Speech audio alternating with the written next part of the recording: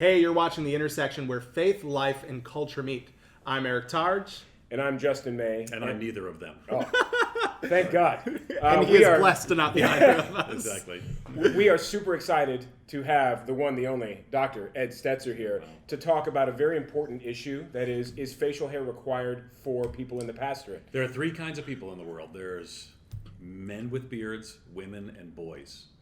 Just so we start off strong. Very This is kind going of to be you. a good hour. The It real is. topic of today is, what would Jesus tweet? Yeah.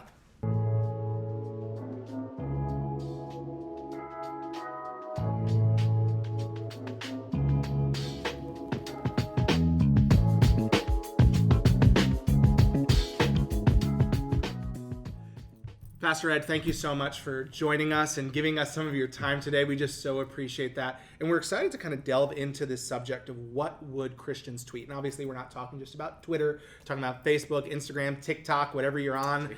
TikTok, that's a thing now, isn't it? It's my kids do TikTok. Yeah, I've still not had enough boredom to get by on. the Chinese army, so I just want you to be careful. Don't put your videos to the Chinese army. Really? Is that a conspiracy or is No, that it's a true? true thing. It's a true Really? thing. It is. Oh, wow. Thank you. Interesting. There you go. Look it up. No wonder Okay, there's so such good dancing. that's so interesting. So kind of what we wanted to start off with the question today is because we recognize it's a good thing for there to be light in the darkness of social media. Yeah. It's good for Christians to have a gospel presence in these places.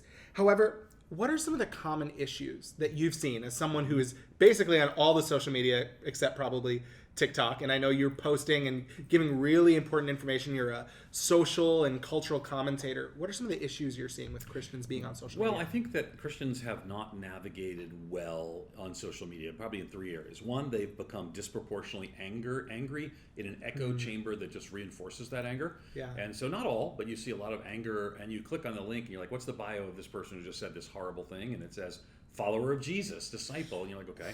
Yeah. Second thing is, I think that they have been disproportionately, actually we know that they've been disproportionately influenced by conspiracy theories that have actually really caused and continue to spread some unhelpful information. Yeah. One person tweeted when I wrote about conspiracy theories, I had this friend who posted 5 things about conspiracy theory, and then here's the truth about the resurrection, and then here's the conspiracy, and it just undermines our whole opportunity to share the gospel. And thirdly, I think people have forgotten that a disembodied experience probably has to be brought under the lordship of Jesus Christ. We would never say the things to one another that people say on social media, and that's because it's disembodied. And I think we need a discipleship of social media. People need to put it in the lordship of Jesus Christ.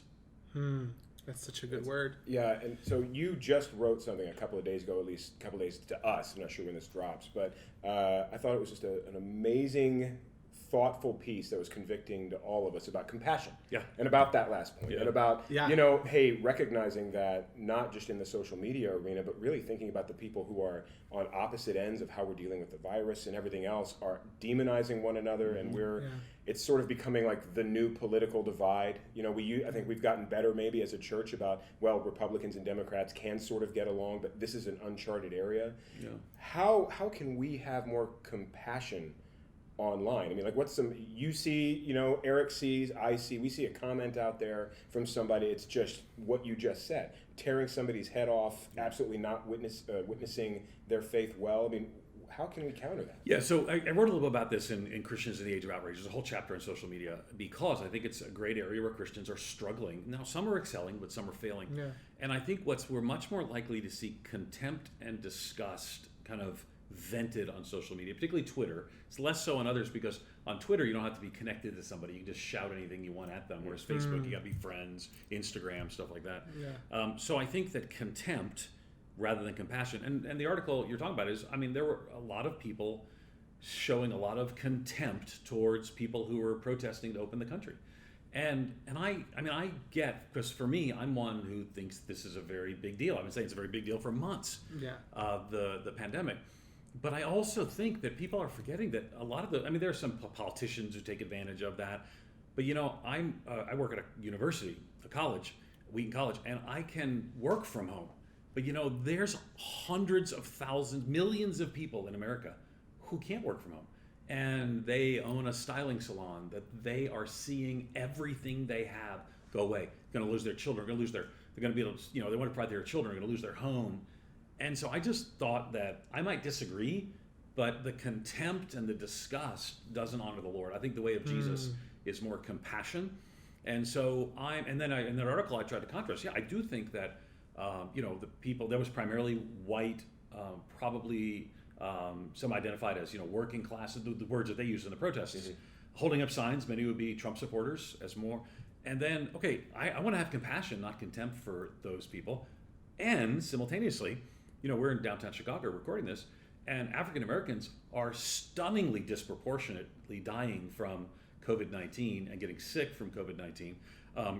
Charlie Dates, who has spoken in this very building, we were talking on the phone, and he's not just I know somebody. He's got this person has died in my church, this person, the Church of God in Christ, which is like the Pentecostal Assemblies of God, similar background. Yeah. Right. It's more than a dozen of their 30 top leaders have died, and it's an African American denomination. Yeah. And so what I would say is, I think we can simultaneously have compassion, not contempt, for the person who's protesting, was it Wisconsin or Michigan? I forget what that big protest was, and have compassion for African Americans who are disproportionately dying. I think that's more the way of Jesus than dividing ourselves into camps. That's what the world wants to do, wants to mold us into its image, divide us into camps, get us to hate each other. Yeah. At Moody Church, we have over 70 nations represented, and we care for people's health, their lives, and their livelihood, and we can have compassion for all of that. It's a tough balance to be had. What we don't need is more Christians with contempt. What we need is more Christians following Christ with compassion. That is such a good word, and I guess I'm always surprised by that. Maybe you're not, but I'm surprised when I go online and I see someone who normally when I talk to them, they seem so kind and so compassionate. They don't have any contempt. And then once all of a sudden they get online, they get behind their keyboard and contempt flies out. Yeah. Why do you think that is? Like what? I think it's back to the disembodiment. So I would never, if I was sitting with you, I would never say anything, shocking or offensive generally. But people think, well, it's not. I can say something. Yeah, maybe I would. I don't know. I wouldn't. So. Justin probably would. Justin probably would. I wouldn't. But anyway. But the point is that when you don't see them, or you see them as some other, you just kind of go crazy with that. And it's interesting. We had some of that challenge, a few years ago at Moody Church, where some people in social media were saying some things, and other people in Moody Church actually reached out and said, maybe this isn't honoring the Lord. That's, I think, what it should look like, is where we actually speak to one another in loving ways and say, man, you're really not honoring the Lord when you do that. And what I would say is sometimes people feel like, well, I can say whatever I want. I'm an American. I got a right to say whatever I want. Or I'm just being frank. Well, let me tell you, if your name's not Frank, please stop. And put it under the lordship of Jesus Christ. Because if the Lord's honored by your social media presence, then ultimately that's what you want to be. Every area of your life under the lordship of Jesus. And sometimes you need a friend to say, you're not. So maybe ask a friend. Maybe say to a friend, hey, am I honoring the Lord with my social media? I have 3 people who tell me if I'm honoring the Lord with my social media. And sometimes I send it to them beforehand, probably once or twice a week, and they'll say no most of the time. Yeah. And then sometimes they'll text me maybe a couple times a year and say, yeah, that one kind of crossed the line.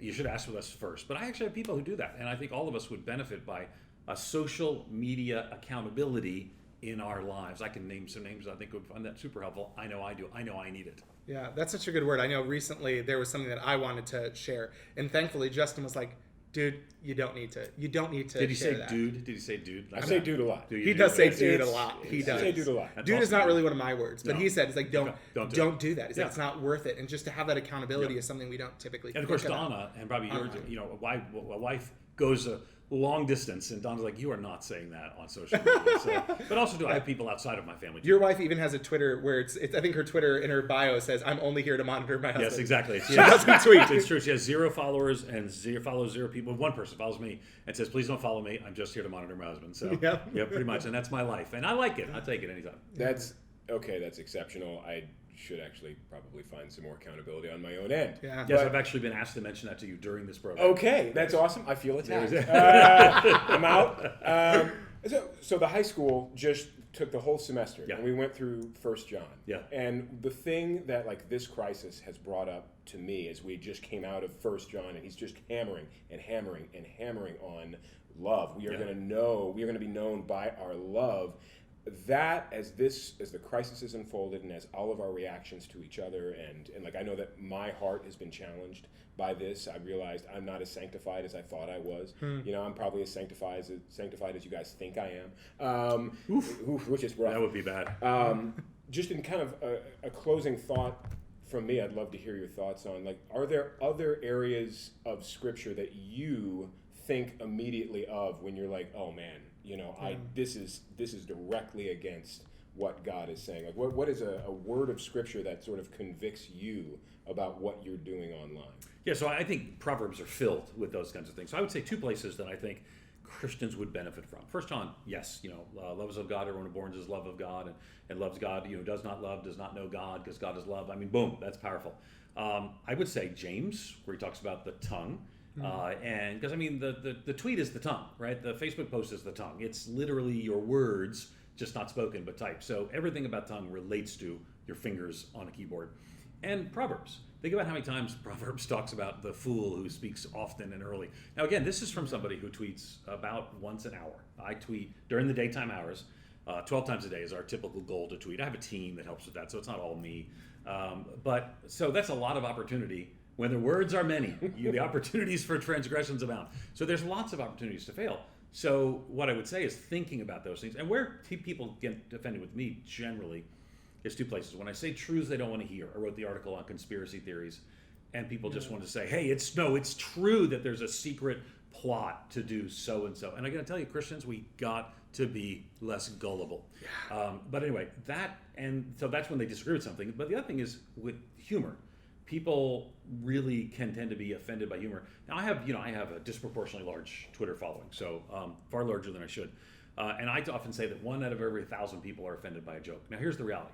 You can tell jokes for weeks without 1,000 people hearing your joke, and 1 out of 1,000 will be hurt, will be offended or something. So when I tweet, 1 out of 1,000 means several dozens of people who, and I'm like, that's not really, and I'm kind of like, so do I spend all my time responding to everyone offended by a joke? No, I may not be the best person to follow if you're easily offended by humor, even by imperfect humor that I have. So anyway.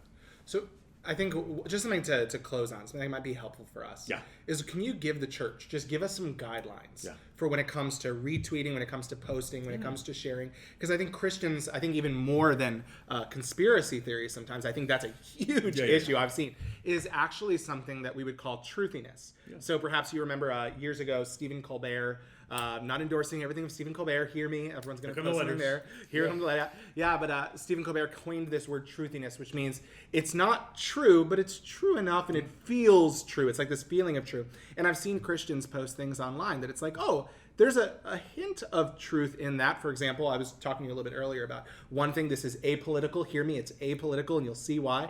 But people have said that, like, there's this there's this meme that's been trending online saying, oh, President Trump has donated his yearly salary once again to military funeral homes. And it's like, actually, if you do the research, that's not true. President Trump has donated his quarterly salary. He's actually been faithful to that, which is like, hey, that's a true and good thing. No matter where you are politically, he's donated it to like science camps and other things. Like now the coronavirus, awesome. Apolitical, it's just the fact. But when they're posting something that's not true, but it feels true and it speaks to something that we like, whether it's for something or against something, what's the problem there? So negative emotions are always more powerful too. So you gave a positive thing that was wrong, but generally right. What I would say is it's far more powerful to be drawn to the things that are not true, but truthy, and it proves just how bad someone you don't like is. And so I think that the ability that Christians have to sort of put aside don't bear false witness, put aside the commandments, put aside love your neighbor, even your digital neighbor, and say, this may not be true, but it's somewhat true. So I could say something terrible about that person, and it might defeat them politically, which would help my Christian cause. It might defeat them socially, which will help my Christian cause. And what I would say is the ends justify the means. Exactly. The God of all the universe, Jesus who says, I am the way, the truth, and the life. He does not need you making things up for his glory and his honor. And I think ultimately we've got too many people who think that it's their job to sort of protect the Lord, even when they have to break some rules or be a little bit dishonest. And I'm just to say, God doesn't use ungodly means or ungodly words to accomplish godly ends. So I would just say, when you look at what to do, I would say first and foremost, ask, does this honor the Lord? Does this love my neighbor? Does this bear false witness or tell the truth? And if you just ask those three things, does it honor the Lord? Does it love my neighbor? And does it bear correct and proper witness? You'll first of all, a whole lot of people won't have anything to tweet. But if you just do those 3 things, well, what a difference it could make. And again, I'm not perfect at that. There are tweets that I wish I didn't tweet. There are things. One of the strange things that really blew up, I one time said, I know I have, a lot of times pastors will introduce, I always talk about my wife, okay? And I think that's fine. But they never mention their wife's name. And so I actually tweeted once, try this, mention your wife's name and say, like I say, Donna, my wife. So I mentioned that, and boy, people went crazy about it. Wait, really? Well, because they felt like I was, people were saying, well, it's an honor to be called wife. Well, I'm not saying I call my wife all the time. But I mentioned her name because I was just thinking specifically of pastors who never mention their wives' names. And it got retweeted. People were crazy. It made it on the news. And I'm like, you people are not getting what I'm saying. I'm just saying, don't always avoid mentioning your wife's name because has an identity in addition to being my wife. And then people took it like, well, you're saying that wife is not a valuable identity. It's a super valuable identity. Yeah. But you see what I'm saying? Yeah, so, there's like an over-reading into But that's what people things. want. And then what happens is the first person overreads it, and then the next person overreads the overread, the next person overreads the overread. And soon it's bizarre what people say. Yeah. And so what I would be careful is try to do unto others as you would have them do unto you. And try to read what people are saying, the best that they're saying, and read the best into people. And I would say too, even people who differ than you, not everybody is, part of a secret conspiracy at a pizza place in DC. Not everybody is part of a secret, Mark of the Beast vaccine strategy. No, it's just Christians. The comment section explodes. I'm not helping you here. Don't be the kind of person that people look to and say, boy, they're easily fooled. People don't want to hear the gospel from a people who think they're already easily fooled. Let's be people of the truth. Let's speak truth in love, and let's show and share the love of Jesus. That's my 2 cents. Dude, That was awesome. It's a good night. Good night to go out on. Did we intersect? I think we met the intersection of faith, life, and culture. Is that what it is? Faith, life, and culture? Faith, life, and culture. It's like the intersection. Faith, life, culture. Boom. See, right I thought there. it was intersectionality and critical race theory. So that's Okay. not bad. We can talk about that. Okay. I have opinions about CRT. Yeah. Okay. Stay Strong tuned opinions. for parts 2 through 7. Okay. No, thank you very much for watching. This has we've had fun. I've had fun. Do the thing because I don't do the thing well. If you like this video, be sure to press like, subscribe, and turn on notifications. Leave a comment if you know some guidelines that you'd say, hey, this might be helpful as you're thinking through what to tweet and what Jesus would tweet. If you have angry comments against Pastor Ed, please leave those there so that we can be sure to hide and delete them. Because it's a conspiracy. I was going to say hide and delete or laugh at? I don't know. Or maybe share on my Facebook page as well. Oh, be sure to follow Pastor Ed. I was going to say Stetzer, you could share the negative comments on my Facebook. Maybe only positive on yours. Who doesn't like you guys? You've met us. Yes, that's true. That's God bless you. Thank you.